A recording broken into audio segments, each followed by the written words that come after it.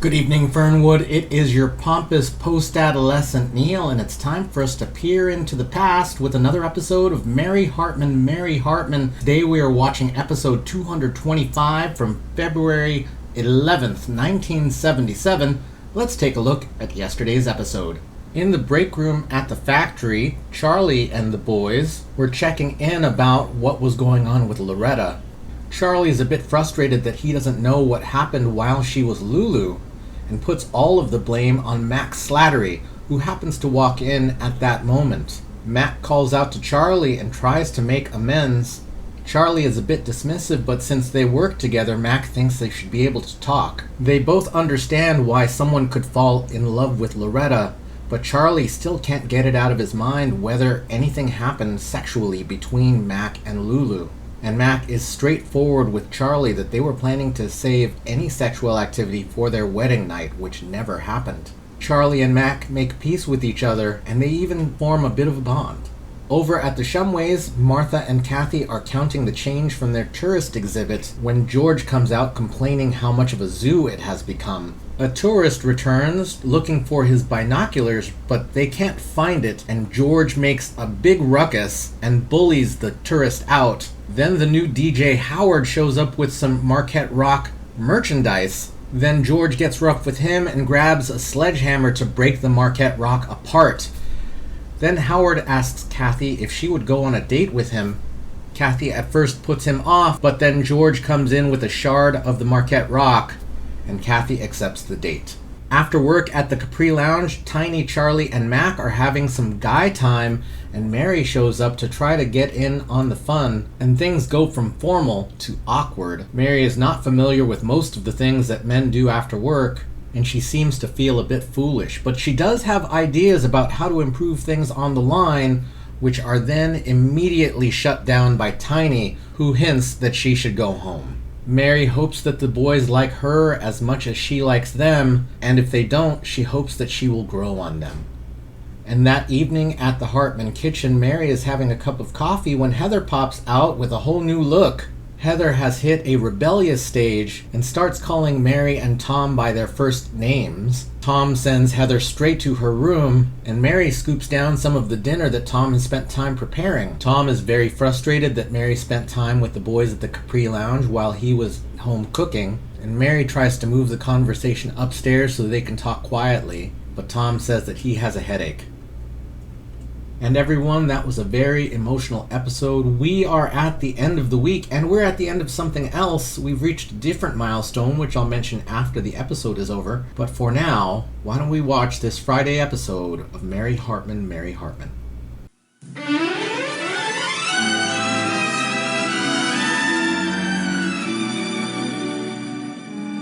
Mary Hartman! Mary Hartman!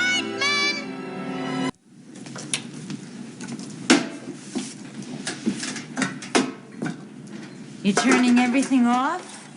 Don't tell me you're giving up after all this work. Oh, I'm not giving it up. It's all done. At the same time? All 3 courses. There are only 3 courses here? Look, don't get on me about the mess. I know. Sometimes I don't do things right. And I always feel that you're blaming me for it. Oh, Kathy, that's so silly. I didn't say you don't do things right. You do a lot of things right. Oh, you do plenty of things right. Plenty of things. Look at your baby. I mean, that's perfectly right.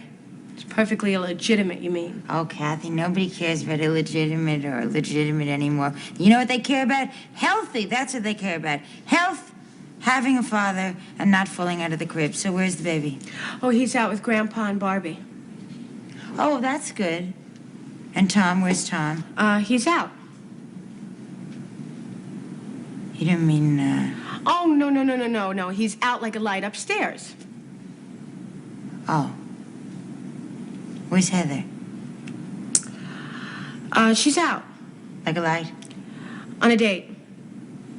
Oh, Kathy, no. Not with a boy. Look, she's 13 years old. Kathy, I know. But I started dating when I was 11. Yeah, but there's quite a difference here, Kathy. Like what? Like you were a known nymphomaniac from the time you were 8. 9. I'm sorry, 9. Are you calling me cheap?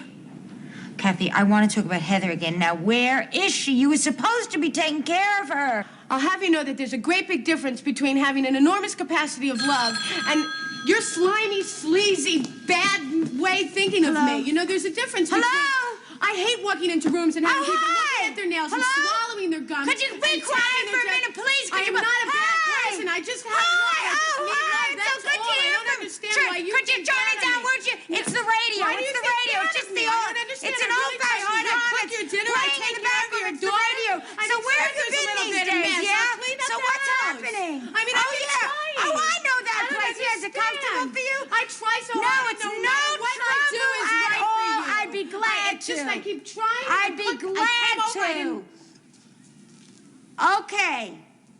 I'll be there soon. Okay. You stay right there. Goodbye now. That was Pat Gimbel. She's broken out of jail. She needs food, she's freezing, and she's innocent. So help me. I've got to put a lot of food in there. I'm really in trouble. You've got to help me, Kathy. As quickly as you can. Come on. Come on. I'm going to do this. And I want you to get things straight here for me, okay? All right. It's going to be done in a little while. Okay, got it in? Yeah. I'll bring you some potatoes and you can cook. Come on, I know what you're going to cook. Okay, got everything. Okay? Yeah. Okay, now. Okay, open the door for me, okay? Open the door. Now, I'll be back in about an hour or two, and you just keep it in the warm, okay? All right. Okay. We need some light. No, don't. Are you crazy? They'll see us. Like my face? What? My makeup. Yeah, it's great. Here, you do the candles, I'll get to bed.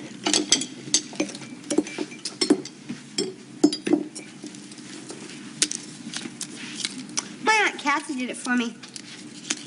She's really great. She always is wearing makeup and stuff. You're not looking. I think I like the natural look better. This is natural look, dummy. Oh, come on. It's made from apricot, pits, and avocado. Aunt Kathy wears it, and men are all over her every minute. Because she wears pits? I don't like it. Come here, come here, come here. Come on, now just sit down here.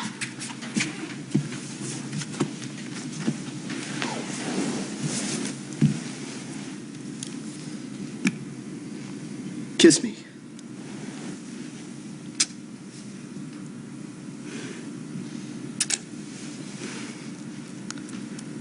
Are you sure you want to go through with this? I mean, do you know what to do? Yeah, I do. You kidding? All the sex talk at our house and sex ed. Do you know what to do? Well, yeah, I think so. Of course, you don't have to go through with it if you don't want. Oh, of course, yeah. I mean, like I said I did, didn't I? Oh, yeah. But...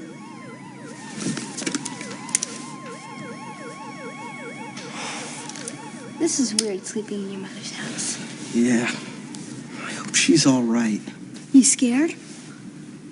What? Sleeping with you or my mother getting the electric chair? Boy, I don't even think Aunt Kathy would sleep with a boy if it was this spooky.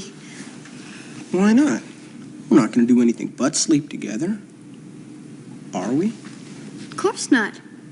Took me weeks to get the courage enough to do this. Well, guess we might as well lie down.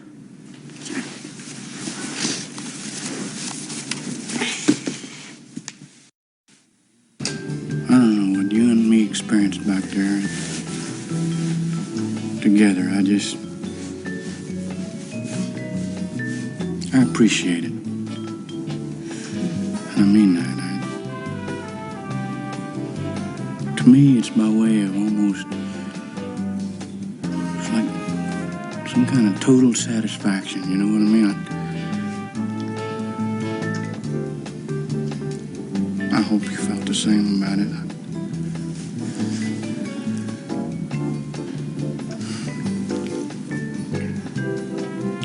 What's the matter? Nothing.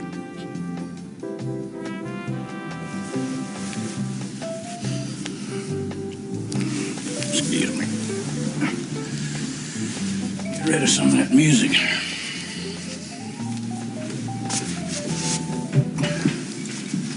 How about a little light on the subject here? A little dignity into the room. You want a drink? Oh, you know I don't touch the hard stuff. You're really some kind of little pumpkin, you know? I mean, to me, almost every time I look at you, it's like my heart kind of goes butterfly, you know? Oh, no kissing. You have a wife for that.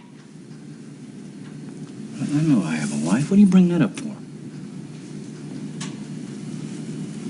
What kind of thing? Where is she? Do you know that? You tell me that now that you bring the subject up. Why, she's out working her tail off for you. That's where she is. She's getting all those things, those slots that you wanted.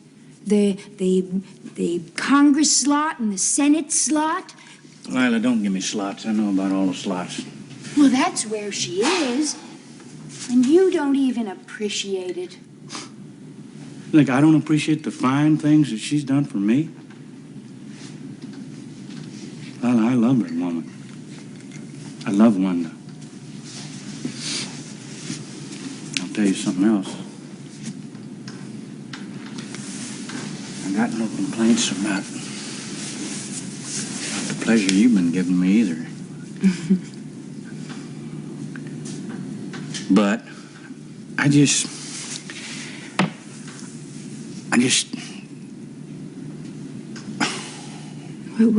You just what?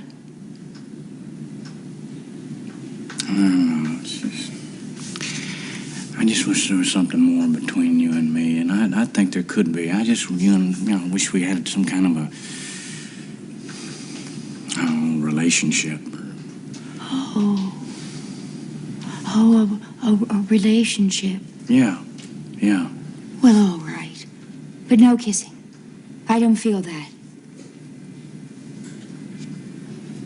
What the hell is that? I'm not real sure I understand that now. Because, you let me make love to you, but you won't let me kiss you on the mouth? What? Well, I'm saving my kisses for Mr. Wright. Oh, Lila. Somehow I can't understand that. Oh, now come on. Between me and your wife, you've got it all covered. Why do you want to go and complicate everything? Well, what's wrong with this? Lila, it's just... Oh, come on. Give me a hug till I hurt. Mr. Mayor, I'm gonna walk on the ceiling for you.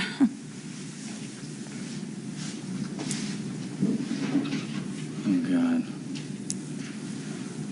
Lord, I'm being driven. I'm being driven. Oh, jeez.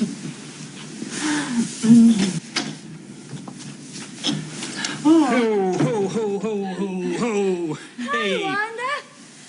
How'd it go? Well, hi, dears. Ooh. Thanks, I needed that. Hey, listen, I'd love to sit here and chat with you guys all night, but I am completely bushed. Would you believe it? The VFWs would not let me go. I had to itemize your entire expansion plan for the industrial malls. Well, so see you tomorrow. Night.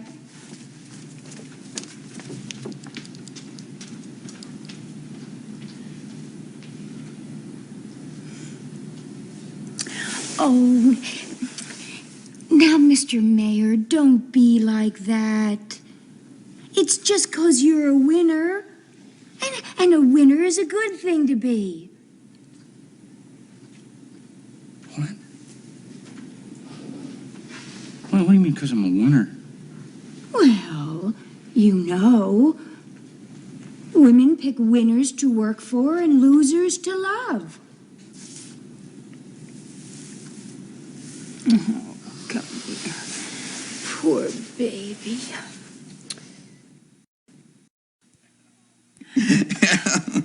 Hey, it must be exciting running a radio station. Oh, who says I run the station?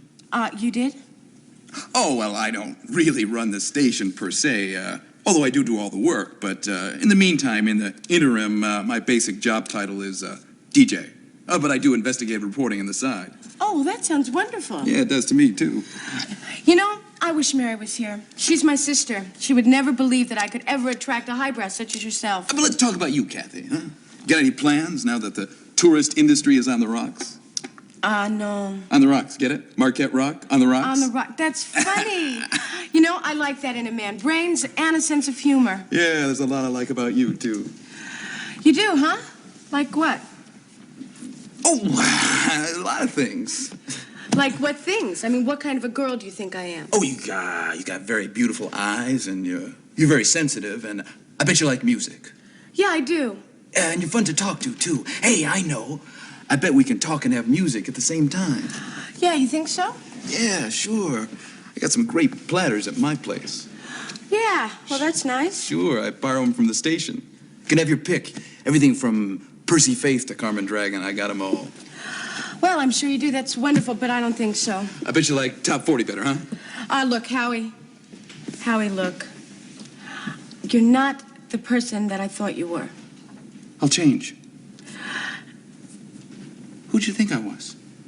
Different. Okay. I can still be different. I mean, I thought that you'd be the kind of person who would care about me as a person. But I do. Yeah, well, from now on, any man who wants me to like him is going to have to court me. Court you? That's right. He's going to have to like me and know me before he wants me. Court me or leave me. I'd love to. You would? Uh-huh. Oh, you're just saying that. You're just saying that so that I'll be grateful. That's just another line so that you can get me to do anything you want me to do. No, Kathy, honest. I think courting you would be really interesting. It's just, I've never courted before. Well, neither have I. And that's what I'd like to do. I'd really like to court because I'd like to see what it feels like. You know, I'd like proper dates and corsages and respect, just like all the cheerleaders in high school get. Yeah. It'd be kind of, different. Yeah, that's what I want. What do you want? Sure. Great. Let's do it. Let's court. Really? I mean, you wouldn't be disappointed. You're not disappointed in me. No, geez, Kathy, honest. I think you're the most fun I've had in a long time. You know what else is fun? Miniature golf. I've never played it, but miniature golf is fun. And bowling, Great. and maybe picnics, and what else do cheerleaders do? Listen, Pat, are you all right? You know that the DA's office already thinks that you're in Algiers? Mary, it's good to see you. Did you have trouble finding me? Oh, Pat, the directions were perfect. I mean, I even found the exact oak where I had to jog around it so I wouldn't trip into that ditch, and the 3 aluminum Mary. Fresca cans. And Pat, I did find one little cook. What? How was little Garth? Oh, Pat, you'll never guess. I mean, you won't believe it. Guess. I can't guess what. He's cured. What? He's cured. You mean Bedwetting. I think it was the murder. little Garth is cured? Mm-hmm. But it wasn't a murder, Mary. Well, no, I mean, it wasn't murder. It's just, see, for me, Pat, I find it easier to say murder than, accidentally killed in closet by Christmas tree. I just find it easier. But, Pat, I gotta tell you, Big Garth, I think he deserved it. Just like I think that little Garth is deserving it, too. And now he's beginning to get it. In a good way, I mean. In a good way. Yeah. Mary, what are you wearing? Oh, these are my work clothes.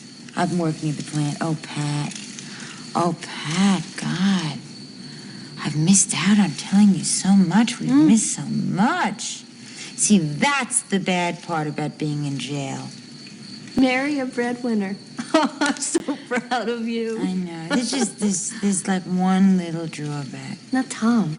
Well, I think that Heather and little Garth, our children, are flirting with fulfillment. They are so cute together.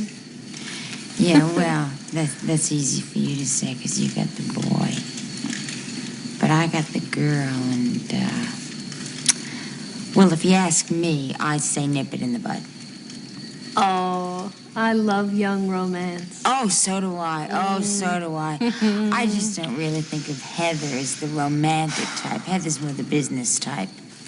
Don't talk to me, I'm thinking. How do you say it's all right by me in gangster lingo?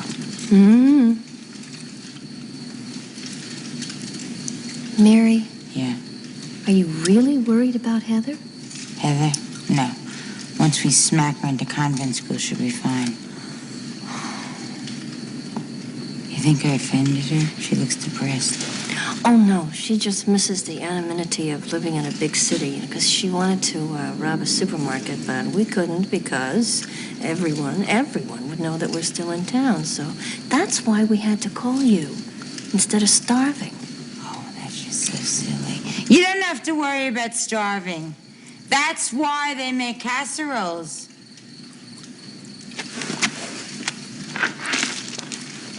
Oh, Mary, What? this would make you an accessory to the crime. Oh, you mean like that to the murder because I know where you are and I wouldn't tell even if they tortured me? Oh, Mary, this means so much to me. Pass the grits.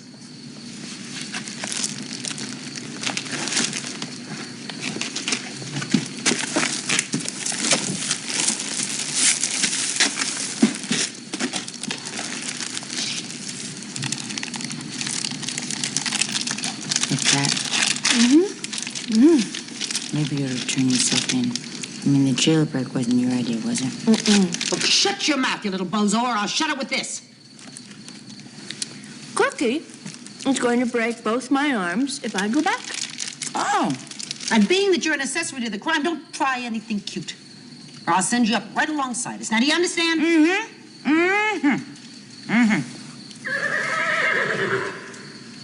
Shh. It's a posse. The Bocasitas. Shut up. It's gypsies! Oh, Pat, it's not gypsies. Gypsies are fictional, certainly not gypsies. I am Goza, a gypsy. Like I said, it's gypsies.